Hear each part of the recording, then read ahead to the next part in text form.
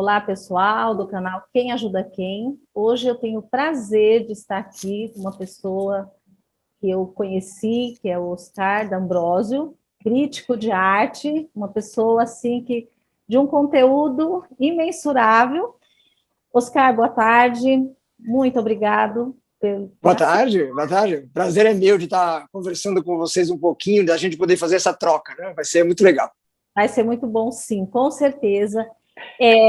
Eu vou ficar muito à vontade para que você comece a falar. Eu falei do crítico de arte, mas você tem assim um currículo extenso. Então eu falei, esse cara é demais. Então eu quero muito. Você sabe que aqui no Quem Ajuda Quem é um canal que eu sempre abordei temas voltados à questão da inclusão da pessoa com deficiência e algumas questões de doenças, deficiência, e então é um canal que abrange muito essas questões da inclusão.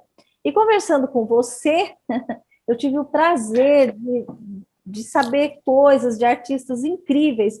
Então, Oscar, eu deixo você à vontade, né, como aquele nosso bate-papo pelo telefone, para você nos falar sobre essas pessoas incríveis, até porque eu sempre falo no meu canal, nas minhas palestras, da importância de nos reconhecermos o ser incrível que somos. Eu, Oscar, e cada um que está aí, artistas que não são assim renomados, pessoas desconhecidas, né?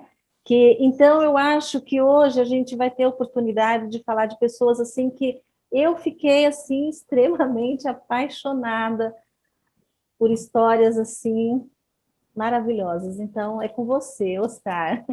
Tá bom, obrigado, né? Obrigado, então, boa tarde, né? Bom dia, boa noite, né? Cada um pode assistir, né? Esse nosso bate-papo em horário diferente, então é um prazer estar aqui com vocês.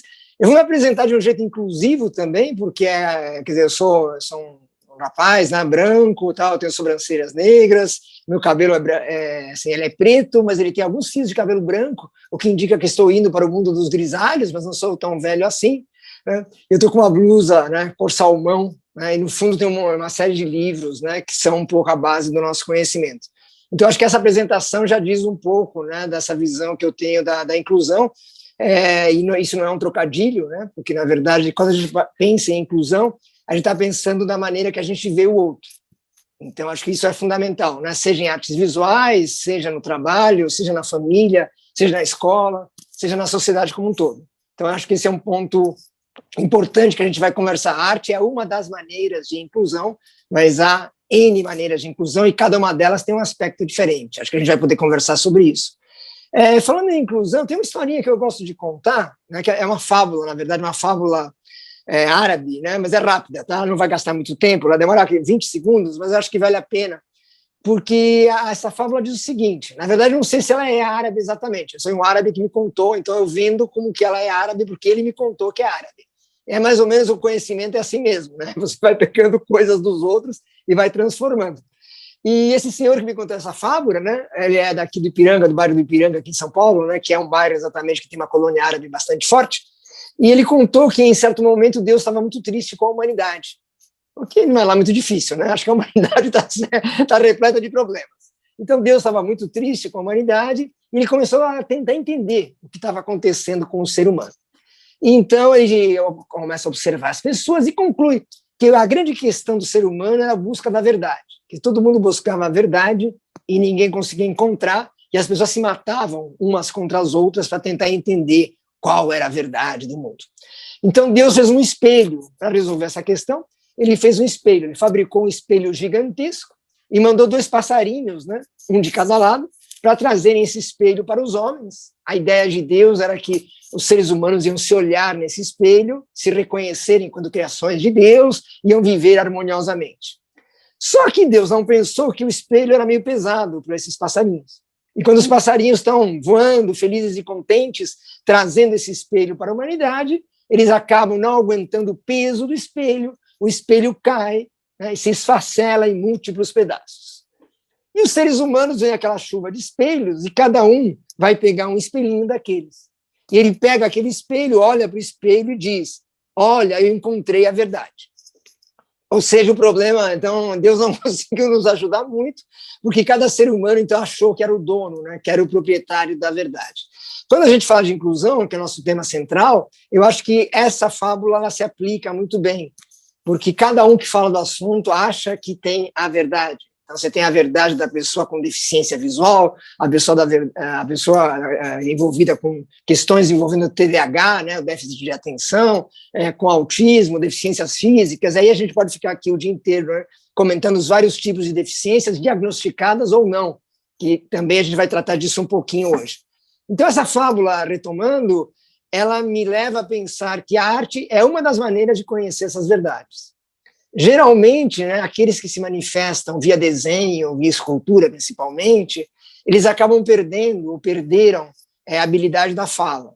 Né? Isso, eu não sou médico de formação, mas isso é um relato médico, né? Ou seja, quando a pessoa tem a fala suprimida por um derrame, por alguma deficiência congênita, né, por um abalo emocional, né, pelo que seja, um problema de má formação, não somente cerebral, mas também física, né, que impede ou dificulta a fala, os médicos já comprovaram que uma das maneiras dessas pessoas se expressarem é o desenho, que tem que ser estimulado, né, porque às vezes a pessoa vai ficando fechada, né, como se estivesse dentro de uma ostra, na verdade, né? Essa dificuldade, né, vai gerando aquela camada, né?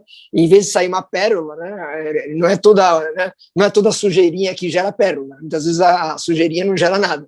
Então a pessoa vai ficando fechada, e essa pérola não consegue se manifestar. O desenho, a pintura, a escultura, como eu comentei, são maneiras, né, dessa pérola se manifestar. Então, a pioneira no Brasil sobre isso, só para fechar essa abertura, é a Anísia da Silveira, né, que é uma médica, né, nordestina, é uma das primeiras médicas formadas no Brasil, em uma classe em que ela era a única mulher, uma classe só de homens, só tinha Anísia como mulher, o que já é uma conquista. E para piorar ou melhorar, aí a gente pode avaliar depois, ela vai se dedicar à psiquiatria, em uma época em que você tinha, né, o choque elétrico era uma prática comum, assim como a lobotomia, né? A lobotomia, para quem não tem essa afinidade, é quando você acaba tirando, né, uma parte, né, é uma cirurgia, um procedimento cirúrgico, que você tira, né, uma parte do cérebro, resumindo muito, que é exatamente onde está a matriz da criatividade. Então, a pessoa que sofre uma lobotomia, ela perde a capacidade de ser criativa, então ela fica mais calma, mais dócil, mais fácil, entre aspas, né, de ser conduzida. E você tem casos de artistas, né, que passaram por esse processo, né, tanto na Europa, nos Estados Unidos, quanto no Brasil. Né? Esse é um processo, hoje, ele é condenado pela ciência, né? E o choque elétrico, que também era muito comum na época da Anísia, hoje ele ainda é aplicado em casos bem específicos, né, com uma grande recomendação médica, e ainda, né, ele é aplicado, mas dentro de parâmetros bem rígidos hoje em dia. Não como no passado, né, que aquilo era um sossega-leão, como o pessoal fala. Né? Hoje isso tem um outro sentido. Então, só voltando para a questão da arte, o que a gente tem no mundo hoje, o que a gente teve no Brasil? A Anísia da Silveira, quando ela vai trabalhar como estagiária, um dos primeiros momentos que ela enfrenta é justamente o médico-chefe, né, do setor de psiquiatria, no Rio de Janeiro. Ela vai para o Rio, né, trabalhar. O médico diz, então, agora você vai ver como funciona esse processo de choque elétrico, você vai presenciar, então você tem que abaixar essa chavinha, né, que tem aqui para dar o choque. E ela se nega a fazer isso.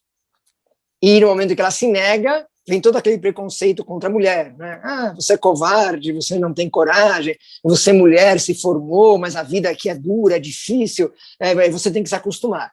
E ela se nega, ela enfrenta o chefe dela. Você sabe que na medicina isso é muito sério, né? Em todas as profissões. A medicina é uma das piores, já tem uma hierarquia muito forte, né? Muito grande, e ela se nega realmente. Então, ela é marginalizada dentro do universo, né, da clínica, e ela vai cuidar justamente de um setor que na época era muito desvalorizado, que é a chamada hoje arte-terapia, né, que nem tinha esse nome naquele momento. Ou seja, em outras palavras, ela vai cuidar, né, das pessoas que tinham, ou eram consideradas, que tinham algum tipo de deficiência ou de doença mental. Lembrando que os diagnósticos naquela época, na década de 40, 50, totalmente diferentes de hoje, né? Nós estamos falando de uma medicina bem lá atrás. O que a Anísia começa a perceber, né, para introduzir na questão da arte, é que essas pessoas que viviam fechadas, né, no que era, né, uma espécie de manicômio, que hoje também, né, isso é proibido, aquelas pessoas não conseguiam se manifestar oralmente. Então, a forma de manifestação, ela começa a estimular o desenho. E ela consegue entender, ou começa a tentar entender o pensamento, a organização mental daquelas pessoas julgadas caóticas. Ela começa a perceber que existe um cosmos, ou seja, existe uma ordenação na maneira como elas desenham, na maneira como elas apresentam as suas imagens. E ela começa a estudar justamente, ela consegue alguns estagiários que vão ajudá-la, estagiários, inclusive, né, de arte, que vão começar a olhar aqueles desenhos e começam a perceber padrões de repetição. Ou seja, não é que a pessoa fazia aquilo porque ela era doidinha, mas ela tentava expressar, via imagem, o que tinha dentro dela. Você pode chamar de demônios interiores, de expressões, aí é uma discussão de 20 dias. Mas o fato é que ela começa a perceber essas repetições. Ela não considerava isso arte, acho que isso é importante lembrar para a Nise, ela não considerava isso arte, ela considerava um processo terapêutico. Ou seja, vendo os desenhos, a pessoa colocando para fora essas dores, ou essas angústias, ou até as alegrias, ela conseguiu entender melhor as pessoas. Aí ela começa, esses trabalhos começam a ficar famosos, para resumir muito a história, ela começa a ficar muito intrigada, porque ela começa a perceber muitas figuras circulares, né, que ela identifica com as mandalas, que o Jung, né, o famoso, né, o psiquiatra, tá, o Jung, né, o psicanalista, perdão, o Jung, ele escrevia sobre isso, e ela toma coragem, então, mais uma vez, né, é uma mulher, né, marginalizada, numa área que ninguém queria trabalhar, ela diz assim, não, vou mandar uma carta para o Jung e dizer que os meus internos aqui, eles fazem desenhos geralmente circulares. Será que isso tem a ver com as mandalas que o Jung, né, trabalha nos seus escritos, etc. E ela manda essa correspondência, pessoal, não tinha e-mail na época, tá? Não tinha WhatsApp, não tinha Zoom, não tinha nenhum desses, as coisas demoravam. Então ela manda, espera, né, 3 meses depois aproximadamente, o Jung responde e ele fica maravilhado, dizendo que no Brasil estava, sim, fazendo algo, né, que ele não tinha conhecimento na Europa, né, com essa intensidade. Você tem um espaço para as pessoas com algum tipo de deficiência mental praticarem essa arte. Ele diz que sim, que os círculos têm a ver com as mandalas, né, com essa ideia do equilíbrio oriental, principalmente oriental, mas também presente no Ocidente, e convida a Nise para ir para a Suíça, para a clínica dele. Então, quer dizer, o pai da psicanálise moderna, né, que é o Jung, vai convidar a Nise, né, para ficar lá na Suíça, para conhecer o Jung de perto e os mecanismos de cura. Né? Ela volta para o Brasil, né, e quando volta, já era uma pessoa extremamente preparada, mas volta com novos olhares. Né? O mais interessante, dentro do que você me perguntou, só para realmente para fechar essa abertura que ficou meio longa, né? Desculpe, mas é só para fechar essa historinha, é exatamente que ela começa a chamar pessoas para trabalhar no ateliê. E uma dessas pessoas é um artista plástico, né? Que é o Almir Mavinier, que é um artista plástico que ele tinha uma visão de artes visuais, né? Ou seja, ele entendia aqueles desenhos dos internos como se fossem manifestações artísticas, iguais a de pessoas que não tinham problemas ou deficiências mentais. E aí surge uma pequena discussão, né? E a Nise tinha opiniões bem fortes, né? Era uma nordestina arretada, no bom sentido, quer dizer, ela entendia aquilo como terapia, não como arte. O Almir, já que era artista de formação, né, artista, designer, ele sempre procurava ver aqueles desenhos como manifestações artísticas. Isso vai levar o Mário Pedrosa, né, para quem gosta de história da arte, que é uma referência, o Mário Pedrosa, que é um dos maiores críticos de arte do Brasil, né, até hoje ele é uma referência na área, sem dúvida alguma, ele começa a olhar aqueles desenhos e fica encantado. E ele dá um status de arte justamente para esses desenhos. Mesmo status que ele daria para um desenho do Magritte, para um desenho do Dalí, do Picasso, no sentido, tudo é arte. E a Nise não tinha essa visão. Tanto que a Nise não permitia, isso é muito interessante para a nossa conversa, que houvesse referências de livros, de artistas, ou de jornais, ou de imagens, no espaço dos seus internos. Porque se era um processo terapêutico, e faz sentido na lógica dela, se era um processo terapêutico, é para a pessoa mostrar ao mundo, né, aquilo que ela tem dentro, e se curar, entre aspas, né, ou se aliviar, pelo menos, aquelas dores. No momento que eu começo a dar referências, como eu falei, do Picasso, do Miró, do Magritte, do qualquer que eu queira, essa pessoa, ela deixa de olhar para si, né? Ela começa a olhar para essa referência externa, e o processo terapêutico, né, de arte-terapia que ela propõe fica prejudicado. Então, aí surgem, né, divergências, claro, isso é natural, por um lado é bom. E uma última divergência, realmente, para fechar esse papo inicial, é que o Mário Pedrosa, por exemplo, achava que as obras desses artistas deviam ser levadas ao MASP aqui de São Paulo, né, que na época estava sendo formado, né. Você tinha o Assis Chateaubriand, né, que, né, foi esse grande patrono das artes, uma pessoa de ética discutível, mas de qualquer maneira foi um grande patrono das artes, e a Nise fala, não, isso não sai daqui, você não vai, essas obras não são para serem vendidas, essas obras são para o nosso acervo de estudo das pessoas que têm esquizofrenia ou algum outro tipo de doença mental. E essa é uma diferença, e ela não permite, aí realmente não teve negociação, tanto que essas obras estão hoje, né, no Museu do Inconsciente do Rio de Janeiro, que foi criado bem depois dela, né, naturalmente, mas estão lá, no Engenho de Dentro, e aqui em São Paulo elas ficam no Juqueri, né, que tem um museu no Juqueri, que é absolutamente fantástico, né, com um acervo maravilhoso, mas dentro desse princípio, que não são obras de venda, não são obras de galeria, mas são obras que propiciaram o autoconhecimento dessas pessoas que nós estamos conversando. Então, aí você percebe que o primeiro dado importante, né, da nossa conversa está muito além de quem é normal e quem não é normal. Quem é diferente é a questão, né? O diferente, ele é fechado em algum lugar. Ou fica fechado dentro de casa, porque a família não aceita, ou fica fechado numa instituição, né? Que os antigos manicômios, né? Isso o Michel Foucault, né, que é um grande filósofo, né, já escreve muito bem sobre isso. Então, você cria, né, os asilos, né? Você cria os manicômios, então você coloca lá, por exemplo, mulheres que sofrem de depressão pós-parto, né? A gente sabe que muitas mulheres que sofriam de depressão pós-parto eram consideradas loucas, essa palavra no sentido mais abrangente, e eram internadas em clínicas, e muitas acabavam ficando, né, ou desenvolviam distúrbios pela convivência, né, no ambiente agressivo, no ambiente com pessoas gritando, com péssimo tratamento em todo sentido. Então, eu acho que não sei se mais ou menos é isso para começar a conversa, aí eu não sei aí você vai me orientando, né, mas eu posso falar. Eu não sei se essa abertura é meio confusa, mas eu creio que ela ajuda a esclarecer que a pessoa ela pode ser artista e ter uma deficiência. Acho que esse é o ponto central para mim. Quer dizer, ela seria artista de qualquer maneira. Ela seria artista de qualquer maneira. O fato de ela ter uma deficiência só a coloca, entre aspas, né, numa caixinha diferente. Mas ela continua sendo, acima de tudo, ela é artista e vai se expressar de alguma maneira. É como você começou lá no início, aquela questão por exemplo, eu sou mãe, eu tenho um filho com deficiência.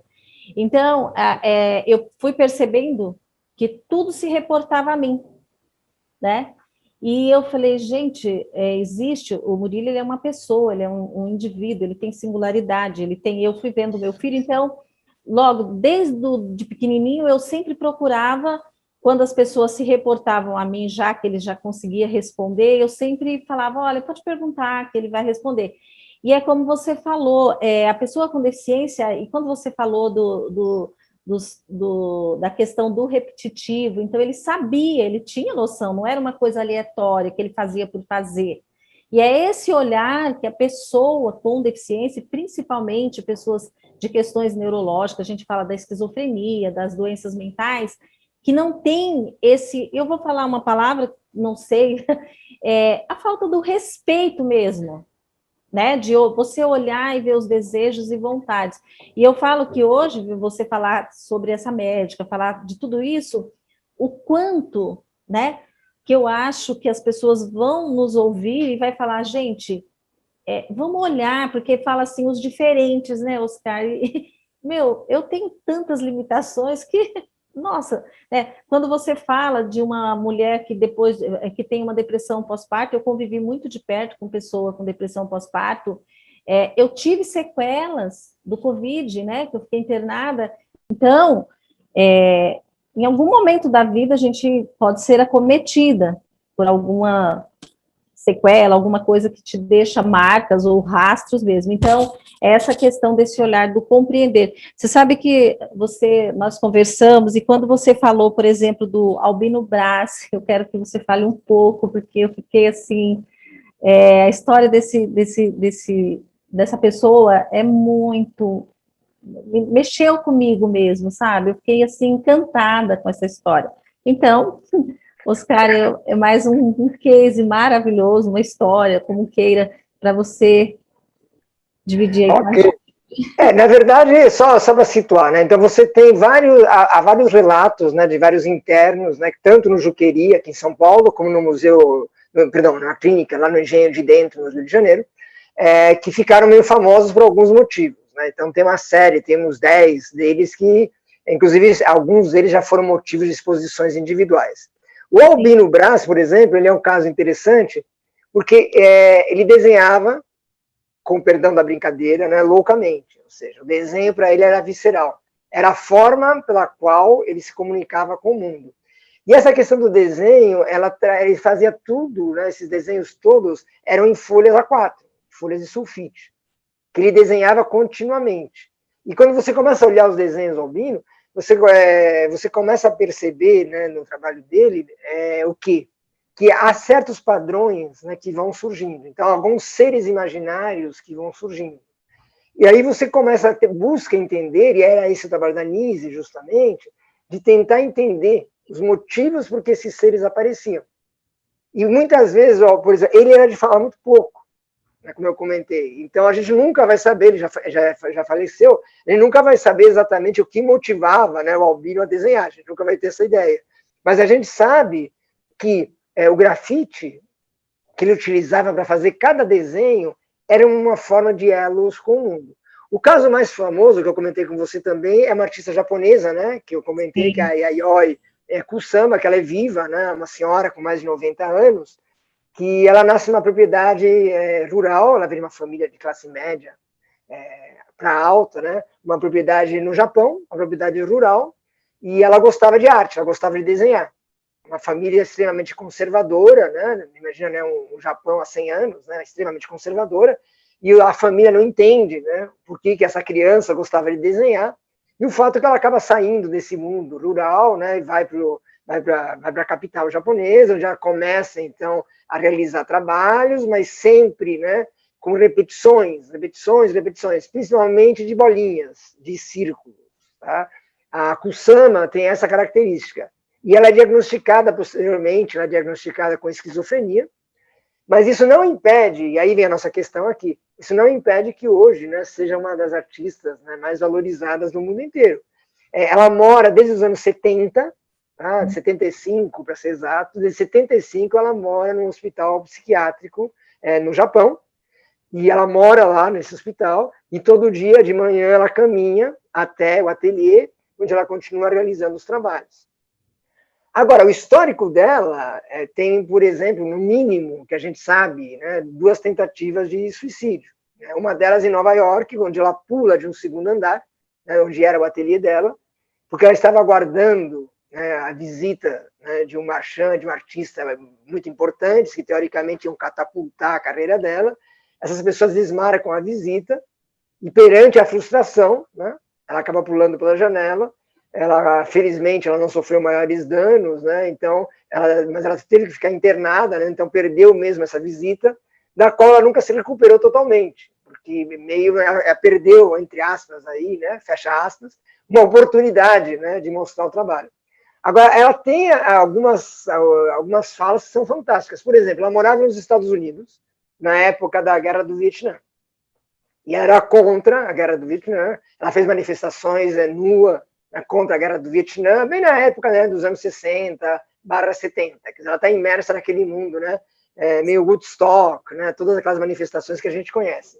Mas ela lançou um manifesto em que, no ateliê dela, cercada de amigos, em que ela dizia ao Nixon, né, ela mandou uma carta, um documento, em que ela dizia que se as tropas americanas saíssem do Vietnã e a guerra fosse interrompida, o Richard Nixon ia ter o corpo dele, totalmente pintado com esses círculos, né, que a Kusama fazia. Na cabeça dela isso fazia todo sentido, porque uma sessão dessas valia aproximadamente $20. Né? As pessoas nessa época iam ao ateliê e para terem o corpo pintado com as bolinhas, né, que ela fazia no corpo, pagavam, né, $20 a hora. Então, ela estava oferecendo um trabalho, e era o trabalho dela mesmo, um trabalho de tatuagem, gratuitamente, de pintura, né, gratuitamente, se o presidente norte-americano interrompesse a guerra. O que, de fato, né, não fez, claro, né, a guerra foi interrompida por outros motivos e bem depois. Mas o que eu quero dizer é que ela tem uma mecânica, um jeito de pensar muito próprio. Né? Tem outro artista, que é o Carlos Pertuis, né, que a gente conversou também um pouquinho antes. O Carlos tem uma história que eu acho adorável, que é o seguinte, ele pintava sistematicamente também. Essa ideia do sistemático, vocês vão vendo que é repetitivo, é muito forte. É uma razão de viver, é uma interpretação do mundo, mas é uma mecânica, né? De você chegar num espaço, na mesa, né, na maioria deles, e começar a desenhar. E o Carlos tinha isso, o Carlos Pertuis, você tem uma ideia, ele fez mais de 30 mil desenhos. 30 mil desenhos. Então tem uma coisa acumulativa de produção. Mas a história que eu ia contar mostra o jeito de pensar dele como é diferente. E por isso você vai encerrar a pessoa no manicômio, né? Vamos pensar. Quando ele fazia, tinha sementes de laranja. Então ele chupava a laranja e as sementes de laranja ficavam sobre a mesa. E um dos assistentes da Nise da Silveira olhou aquilo, né? Ele estava sujo, né? Ele estava desenhando, né? Ia sujar os desenhos, ia sujar a mão do Carlos. Então ele falou assim, eu vou limpar a mesa. E ele foi lá, né, limpou a mesa. E o Carlos ficou revoltado, né, porque esse atendente, ele pegou as sementes de laranja e jogou no lixo, na lata do lixo. Que, aliás, né, qualquer um de nós talvez fizesse a mesma coisa. E o Carlos fica revoltado, né, começa a gritar, fala alto, diz assim, não faça isso, não pode fazer isso de jeito nenhum, não pode. Aí o atendente, né, deu um passo para trás, não, tudo bem, desculpe, né, eu achei que eu estava ajudando, limpando a mesa. Aí o Carlos mergulha, literalmente, né, coloca as mãos no meio da lata de lixo, até que consegue recuperar as sementes. Coloca as sementes de volta sobre a mesa e diz, você não entendeu, as sementes de laranja, elas nasceram para ser desenhadas, por isso elas não podem ir para o lixo. Então, é uma mecânica de raciocínio que é totalmente diferente. E aí eu volto a dizer, ela é diferente da mecânica tradicional.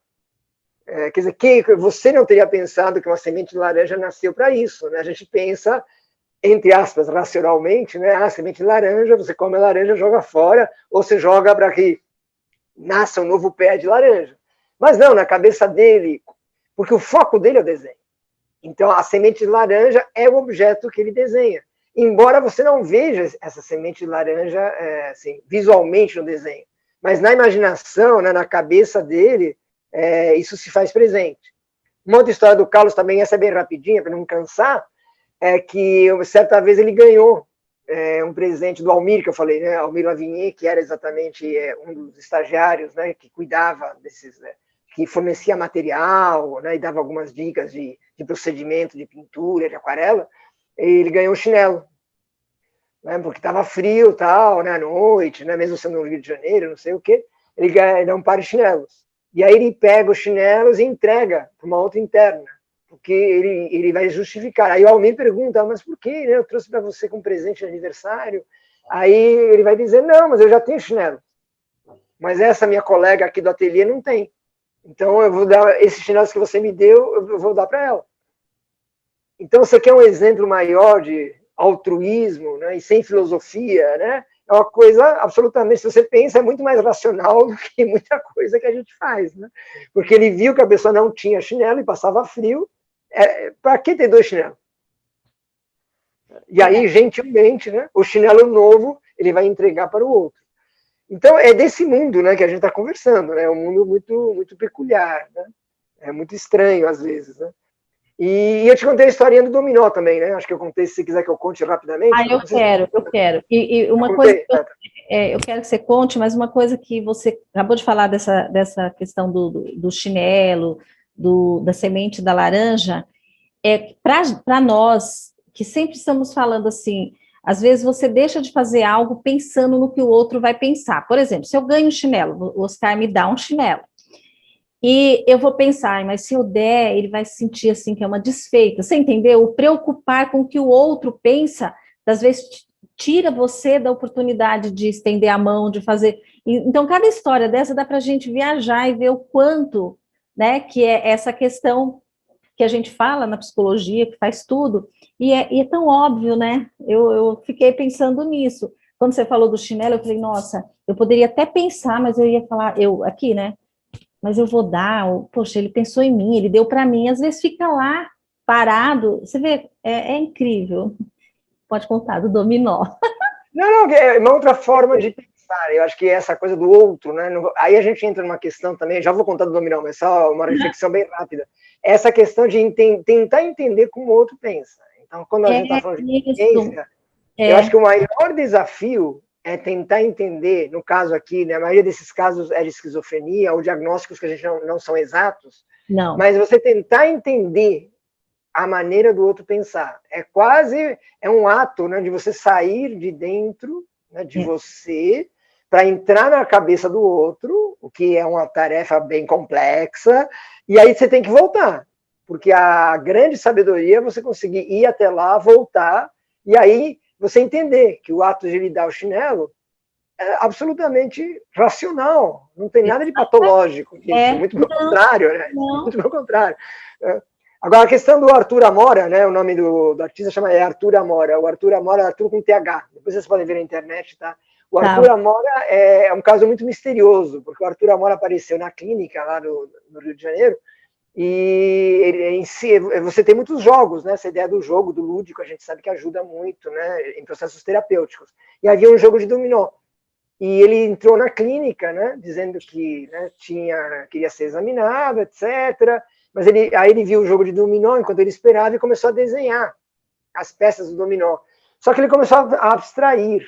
Então, ou seja, em vez de desenhar a peça inteira do dominó, ele começou a deixar o fundo do papel branco e as bolinhas, novamente as bolinhas, né? E as bolinhas dos números, né, do 1, do 3, do 6, ele começou a pintar. E ele ficou 4 dias, só 4 dias, ele chegava às 8h30 da manhã e saía à tarde, às 5 horas da tarde, e ele ficou 4 dias fazendo esses desenhos de peças do dominó, muito antes da arte abstrata existir, né? Porque a arte abstrata vai virar, né, mania, principalmente no Rio de Janeiro, Brasil, anos 50, 60, estou falando, é uma década antes, anos 30. E ele fez esses trabalhos, deixou esses trabalhos lá na clínica, e nunca mais apareceu, e nunca mais se soube dele. Quer dizer, o Arthur Amora se perdeu na história, então ele pode ter morrido como indigente, o que é muito provável. Sim. Ou talvez tenha voltado numa casa e ficado num quartinho fechado, né? Se a família era uma família de classe média, né? Talvez ele tenha optado por isso. A gente nunca soube até hoje, né? Tem pessoas que até hoje procuram. Mas o Arthur Amora, ele é um mistério.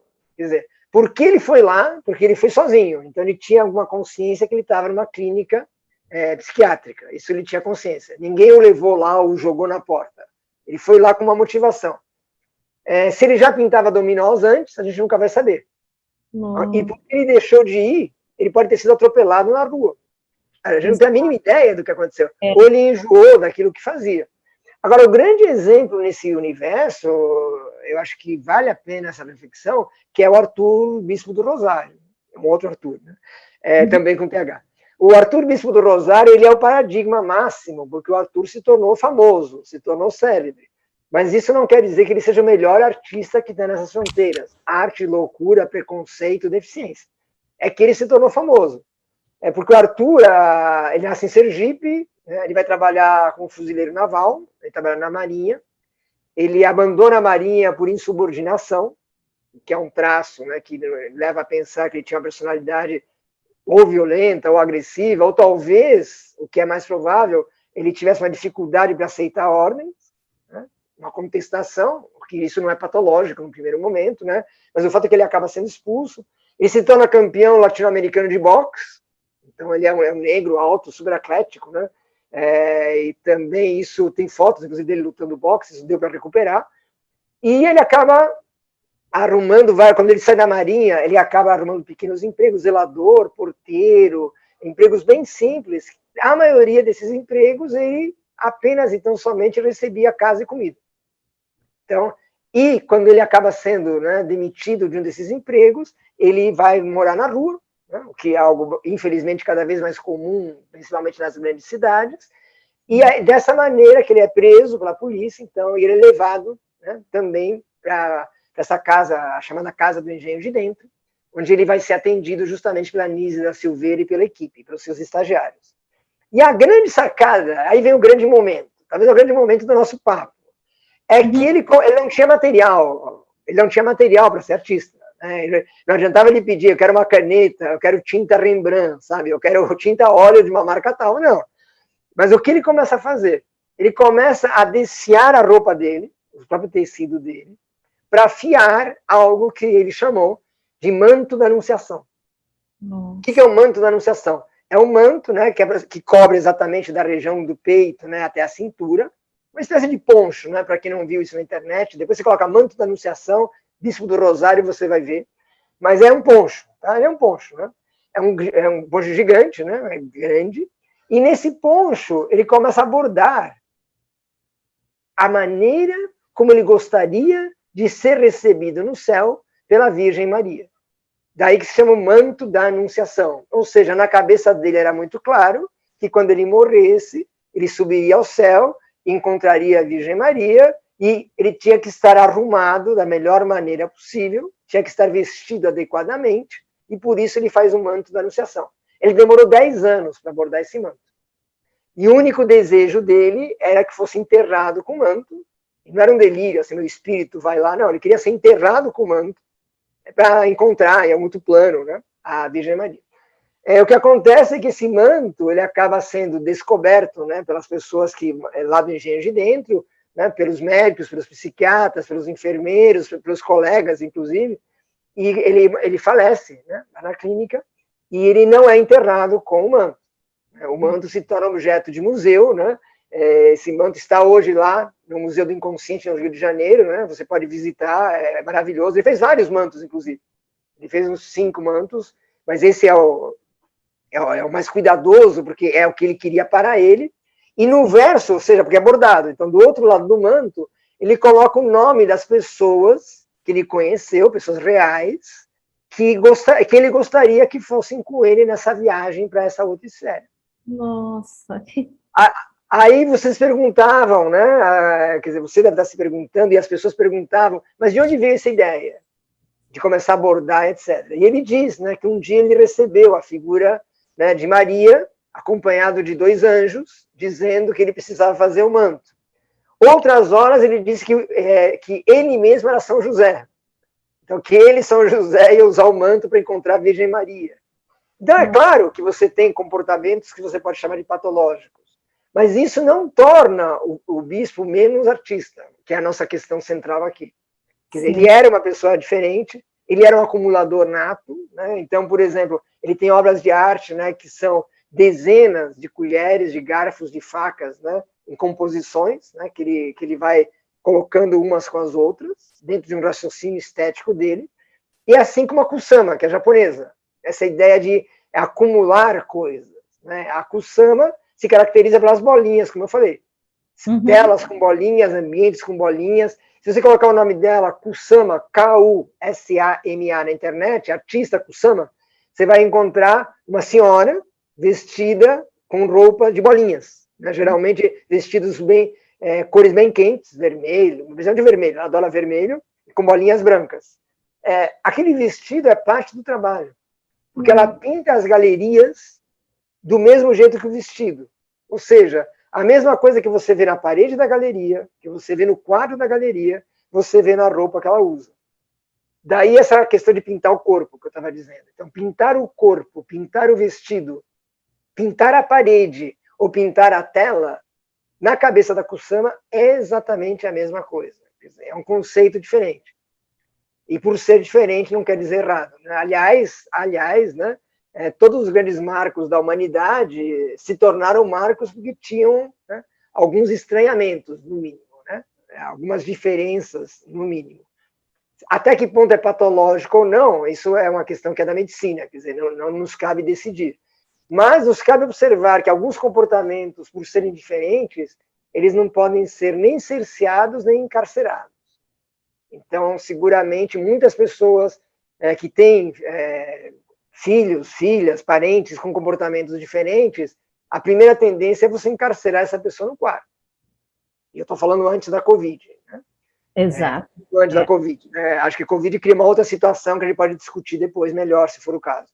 Mas o que eu quero dizer é que, porque a pessoa é diferente, você coloca no quarto, aí você isola, né? Então você isola na família, você isola na escola, né? Talvez ela nem vá para a escola, e aí um dia ela falece, aí você vai encontrar lá 5.000 desenhos, e aí alguém vai dizer, então, né, meu filho era artista. Então eu acho que o alerta que eu posso lançar na minha área de conhecimento, de pesquisa é esse. Não espera a pessoa morrer fechada no quarto para descobrir que ela é artista. Começa a olhar o que ela faz e a conversar com ela e com psicanalistas, né, com médicos, com o pessoal da arte também, para tentar entender a intenção daquele desenho. Exato. Essa é a palavra mágica. Quando você vai no ateliê de um artista normal, fecha aspas, a pergunta que você faz para esse artista é essa, né? Geralmente, qual que é a intenção do trabalho? Não é isso. Você vai numa galeria de arte, você vê um trabalho, o artista está lá, você pergunta, né? O que você quer dizer? Qual é a tua proposta? Qual é a tua poética? A pessoa com algum tipo de deficiência, qualquer uma mencionada aqui, ou algumas que eu tenha esquecido, é a mesma coisa. É você tentar descobrir qual é a intenção. Se tem intenção, é arte. Acho que essa é a grande questão. Essa intencionalidade pode não ser artística, mas pode ser de dar vazão, né, como eu já comentei, a um pensamento, uma agonia. Tem um artista, eu não vou lembrar o nome realmente, mas tem um artista, ele não é brasileiro, que ele não parava de desenhar, por exemplo. Rafael, não lembrei, Rafael Domingos, acho. O Rafael, ele não parava de desenhar. Ou seja, ele desenhava e ele ficava desenhando em cima. Quer dizer, que é um comportamento, né, repetitivo, né, talvez dentro do espectro autista, talvez, né, a gente não sabe o diagnóstico dele. Mas o que é interessante nesse caso é que as pessoas lá, né, que trabalhavam com ele, né, os enfermeiros, tal, o pessoal que fazia atendimento, quando ele começava a cobrir os próprios desenhos, tiravam as páginas para que ele não estragasse os próprios desenhos. E aí vem a questão da Anísia da Silveira. Isso é um pouco discutível, porque o Rafael queria continuar desenhando. Uma outra coisa que é também bem interessante para discutir, e a gente não tem resposta, né? Volta a minha fábula, né, árabe. Mas é o seguinte, é muito comum que você tenha, assim, você coloca uma folha em branco, né, para uma pessoa que tem algum tipo também de deficiência, oral principalmente, e às vezes ela não sabe, entre aspas, o que fazer, ou ela não se expressa, né? Ela não desenha nada, ela não tem uma interação. E às vezes ela reage a um estímulo externo, que é o caso desse menino do Rafael que eu estou comentando. Então as pessoas começaram a pedir para ele: desenha um cara. Bem assim mesmo, desenha um cara. Aí o Rafael desenhou. Aí o enfermeiro, né, depois pediu: desenha um burrinho. Isso é real, tá? Esses dois casos são reais. Até aí a história é verdadeira. O resto eu só vou inventar um pouco para entender onde eu quero chegar. Aí ele fez o burrinho. E aí ele não parou mais. Entendi. Então, quer dizer, teve um start. Quer dizer, a Nise não gostava disso, né, porque era um pouco contra a filosofia dela. Mas o fato é que no caso do Rafael funcionou. Porque aí ele começou a desenhar tudo. Aí você pedia qualquer coisa, ele desenhava. Então, claro, você pode interpretar isso como um bloqueio, né? Talvez uma falta de iniciativa. Quer dizer, não sou psiquiatra. Mas o que a gente pode deduzir é que depois ele começa a fazer muito rosto. Ou seja, muitos caras, né? Aí começam a surgir muitos caras. Quem são esses caras? De onde vêm? A gente nunca vai saber. Mas o que a gente sabe é que quase todos os artistas que eu estou mencionando, né, e outros que não vai dar tempo hoje, você pode voltar um outro dia, mas você tem um maior equilíbrio emocional. Isso é uma constante. Então você tem uma outra artista chamada Albina, tem a Aurora, tem pessoas que chegavam no Engenho de Dentro com um temperamento agressivo, né, de falar palavrão, né, de ter contato físico, etc. E pouco a pouco, né, pela modelagem, pelo desenho, pela pintura, se tornaram pessoas de fácil convívio. Aí você vai discutir se é isso que a terapia tem que fazer, aí uma existência inteira, né? A gente vai morrer sem saber. Mas o que eu estou tentando dizer é que não tem uma regra. Eu acho que esse é a grande questão, né? Acho que aí você pode me ajudar. Cada criança, cada jovem, cada adulto, Sim. adulto que teve AVC, sabe? Cada um reage de uma maneira diferente. Não sei se você concorda com isso também. Olha, em grau e gênero. Você sabe que, infelizmente, a gente, o tempo porque, você tem muito conteúdo. Mas sabe, Oscar, ontem a gente conversando, você falou, o que você não entende, você cataloga, né, como algo que é feio. Então, tem muita gente fazendo isso. Hoje, assim, eu não diria que é uma mensagem. Hoje eu saio daqui e vou, sabe, buscar essas pessoas. Eu acho que é isso que eu gostaria que as pessoas fossem, né? Lá buscar, sabe, quem são essas pessoas? Porque, assim, a deficiência, com esse olhar que você nos trouxe, é o olhar do respeito ao próximo.